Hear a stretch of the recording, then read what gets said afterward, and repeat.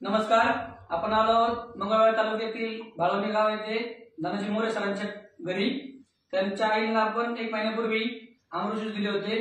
त्यांना ते घेण्याआधी काय त्रास होता आणि आता 1 महिन्यात त्यांना काय फरक जाणवतो हे आपण त्याच्यातून ऐकूया. नमस्कार मावशी. नमस्कार. तुमचं नाव सांगा.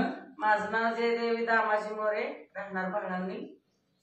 मला 3 वर्षापूर्वी त्रास लय होता साखरेचा.